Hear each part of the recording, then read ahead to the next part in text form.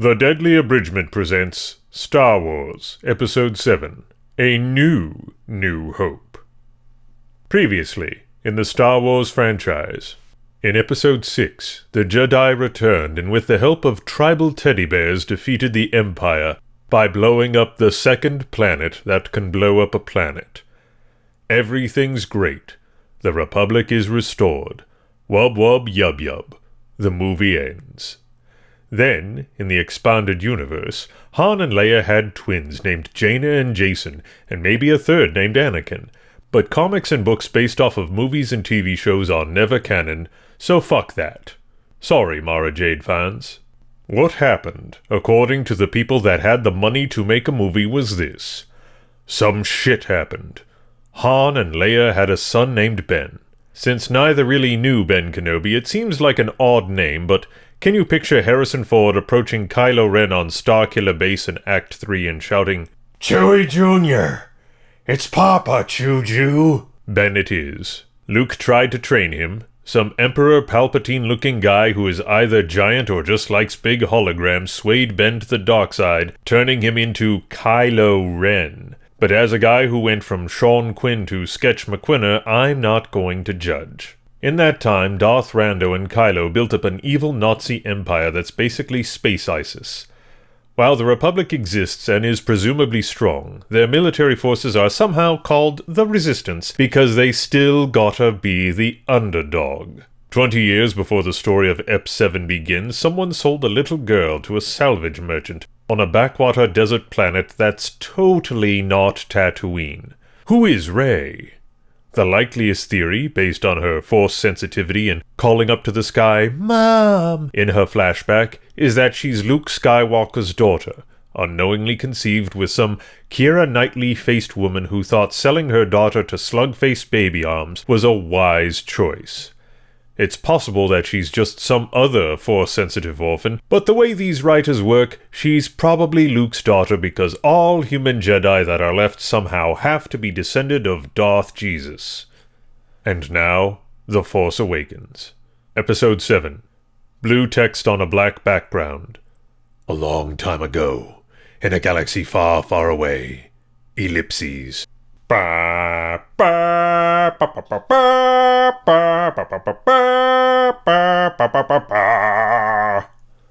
Sith are back.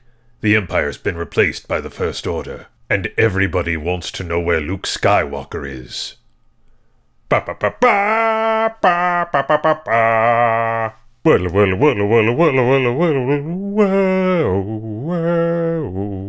Pan down to crap-hole desert planet that is totally not Tatooine. The guy who played chess with death in the Seventh Seal gave Commander Xe-Xem important information that must get to the rebels. I mean the Resistance, sorry. He hid it in a small droid. We know what you're thinking.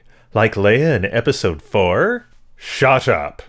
A troop of stormtroopers led by a mysterious dark Sith Lord with a sleep apnea mask pursued the secrets.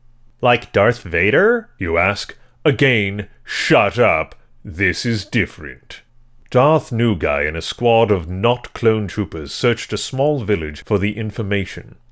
They were fired upon by Xe-Xem, and a dying trooper mocked another trooper's face with a bloody handprint, like he was a volleyball in a Tom Hanks movie, establishing the motif of people caressing faces as they die. The first orderlies then wiped out the village for funsies, all but the trooper that couldn't even. Darth New Guy took Poe back to the ship to interrogate him with brain-boarding. Handprint Trooper got reprimanded by Brienne of Darth, whose face we won't see until Episode 8. You know, that face that Game of Thrones book purists complain is too pretty?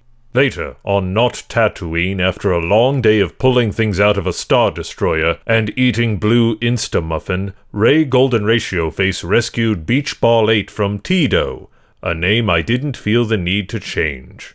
That night, because it's in space and space looks like night, the trooper who can't even decided he couldn't even anymore and absconded with Commander Bromance in a TIE fighter with a bike chain still locked on.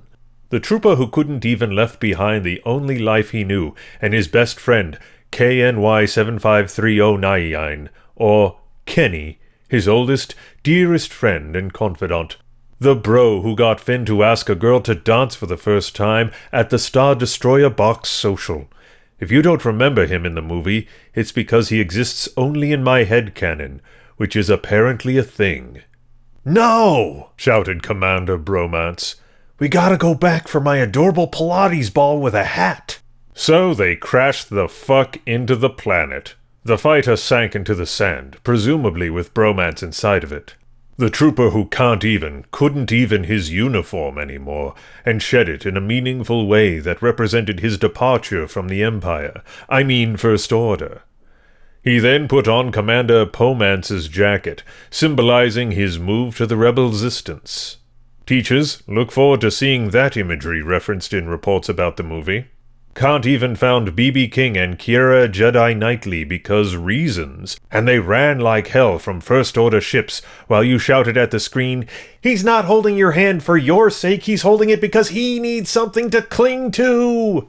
They escaped in garbage, by which I mean our old friend the Millennium Falcon, who's strong enough to take 100 laser shots and ram through a forest of trees. In space, the Falcon was caught by some mysterious salvage ship. But wait! It wasn't the First Order at all! "Chewie, we're home," said Han Solo, stepping back aboard his beloved ship. "Han Solo?" fangirled Rey. "This is the Millennium Falcon?" "It's all true, kid," Han grumbled like the old man he was always meant to be. "All except for the expanded universe stuff. Sorry again, Mara Jade fans." "What have you been up to?" "Oh, hauling hentai monsters," replied Han. "Don't worry or nothing. If you establish the existence of something super dangerous in an action film, it probably won't become relevant to the plot." Then came the space Yakuza and cosmic Scots, and everything went to shit again. Glorious, edge-of-your-seat, monster fight shit. And once again, the Millennium Falcon was on the run. Cut to the space Nazis led by the swishy bastard child of Dennis Leary and Benedict Cumberbatch, Sieg Heiling over his vast army that is essentially useless since they're going to just blow shit up with their super planet cannon anyway. Meanwhile, Han, Chewie, Girl Luke, Can't Even, and Not R2 landed in the Moss Forestly Cantina, run by Chewie's tiny girlfriend, who would have been the perfect candidate to raise Rey if she was Luke's long-lost daughter and needed to be hidden somewhere. "I have lived long enough to see the same eyes in different people," said Orange Rule 63 Yoda. "I see your eyes. I know your eyes. You are a female reboot of Luke Skywalker." "Oh yeah?" quipped Han. "Who am I, then?" "The President from Air Force One." There, because of some mysterious connection to Luke, totally not familial, Rey was drawn to his lightsaber and got flashes of memories. Ooh. Luke Skywalker confronted by the Knights of Ren. That animated short of Boba Fett from the Star Wars Life Day special. An in-movie spoiler of a fight scene in the final act. Because BB-8 is the only BB unit with orange trim, they were quickly discovered, and the Not Empire crashed the party at Intergalactic Rick's place. Because BB-8 is the only BB unit with orange trim, they were quickly discovered, and the Not Empire crashed the party at Intergalactic Rick's place. "I can't fight, I don't have a weapon," said Can't Even. "Yes, you do," said Mazzy Starnata, indicating the lightsaber. "But I have 0 non-ranged weapons training and a melee rating of 1, said Can't Even. "It doesn't matter," said she. "You can even." He charged into combat with stormtroopers who still can't shoot, though surprisingly he could. At this point we have to assume that the one thing keeping troopers from shooting straight is their helmets. He swung his saber like crazy, not unlike a 5-year-old full of funnel cakes at a Renaissance festival, who just got a wood sword from his mom to shut him up. I'm not saying I was that kid, but I'm definitely implying it by bringing it up.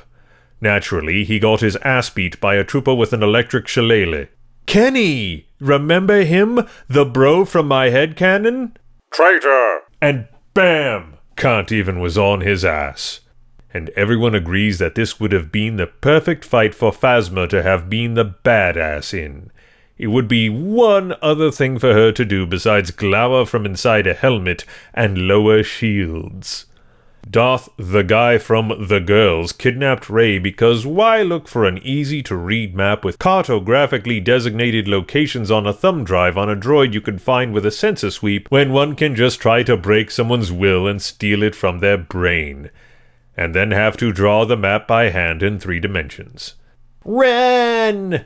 shouted Can't Even. "Mary Sue!" shouted Victor Frankenstein screenwriter Max Landis. But if you're only calling out female characters for being unrealistically exceptional and not the male characters, then you're just a chauvinist dick, so shut the hell up. Han, Chewie, and Can't Even went to the Resistance base on Green Planet 3. Then came the moment we'd been waiting for 32 years. Han and Leia's reunion. Well, I hadn't really been waiting all that time. I was 5 when Return of the Jedi came out. I'm not bragging. Nobody brags about being 37 unless they're as well preserved as Usher. It was a sweet, whimsical, and subdued moment, laced with the subtle maturity of a relationship built on decades of love and familiarity.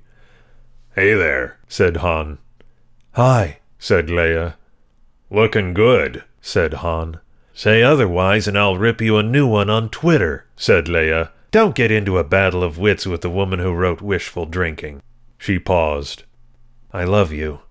"Oh, Master Solo, so good to see you," said C-3PO. "Derp-a-derp-doop, red arm." As space clowns go, he's still preferable to that amphibious minstrel show Jar Jar, whom we will never discuss again. After our OTP were schlock-blocked, Bromance and Can't Even were reunited. "Hey!" said Can't Even. "Hey!" said Bromance. "I thought you were dead." "Nah, I was thrown from the ship." "But I didn't see you." "Must have been blocked from sight by a tree." "It was a desert. There were no trees, or anything to hide you. It's just sand." "Well, I made it." "Ah, good, good. How'd you make it off a planet with no spaceports, stranded in the desert with stormtroopers all over the place?" "I don't know. Reasons." "Say, is that my jacket?" asked Bromance. "Oh, yeah," said Can't Even, taking it off. "Here, you can—" No, said Bromance, adjusting the lapels back into place over Can't Even's chest. "It looks good on you." "Yeah?" asked Can't Even. "Real good," said Poe. "Kiss him," said the girl sitting in front of me at the movies.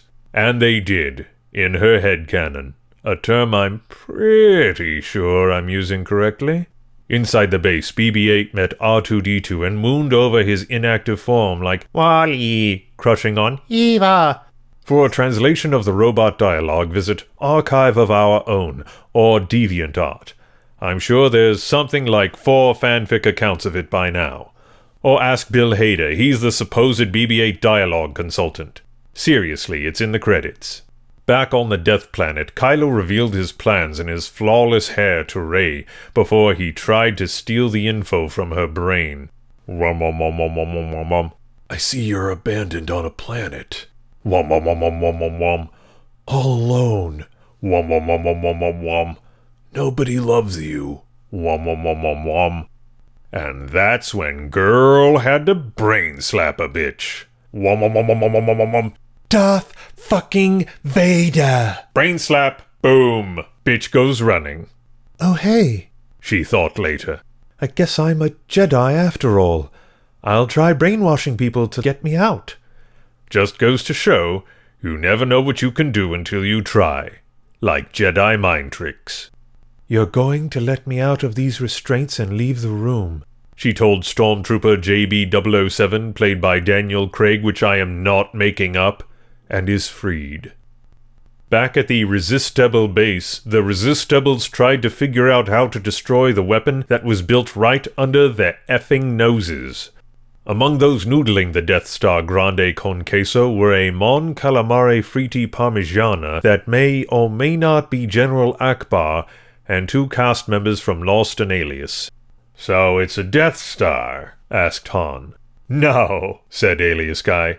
"That would be derivative and unoriginal." "This is a death planet," volunteered the Asian silver fox from Lost. "It's like 3 times bigger and doesn't move. Way worse and more creative." "Yeah," said alias guy whose name in the movie is, no lie, Snap Wexley. "And it gets energy by pulling fusion hot plasma from the sun 100 million miles away." "Which," said Silver Fox, "is totally a thing." "What happens when you deplete the sun?" asked Solo. "It gets cold," said Silver Fox. "Yeah," said alias guy. "You saw them. Snow, warm coats. It's cold like, I don't know, 15 degrees Fahrenheit?" "Your knowledge of physics checks out," said Han. "Good work." "Great, so we'll just attack something surface accessible that will make the whole thing blow up," said maybe Akbar, not sure. "You mean like in episodes 4 and 6? Asked C-3PO. No, this is totally different. Shut up already. And so they did, attacking the thing on the surface that makes the whole goddamn planet blow up. But first, Han confronted Ben, and as you knew would happen the whole time, Han got stabbed in the heart with a flaming sword, literally and figuratively. Chewie shot Space Snape in the side with his bowcaster that Han never tried to shoot in the 50 years of space broing they shared. Then came the fevered lunge parry / you're done fight between Can't Even and Emo Vader. Emo Vader in this instance being Kylo Ren, not Hayden Christensen. And then, as anticipated, came the sweet Jedi Sith fight between Rey and Kylo, with him occasionally punching his bowcaster wound, shouting, "Come on, power through it, don't be a pussy!" And so they fought, until a crack in the surface of the planet conveniently opened up between them, delaying the fight's final resolution for another couple of movies. Chewie took them to safety as the rest of the First Orderians left leery Cumbo Weasley to go down with his plasma ball. Luke's whereabouts, information loads of people died and killed to obtain, were now in the hands of the Republic, and it turned out he was hiding on planet Ireland. Rather than send a squad or his sister to find him, they sent this Force-sensitive young woman who totally isn't but probably is his daughter to exchange a long, silent, awkward moment of, I want to say, understanding? Roll credits. So there you have it, Star Wars, Episode 7, The Force Awakens, totally different from A New Hope.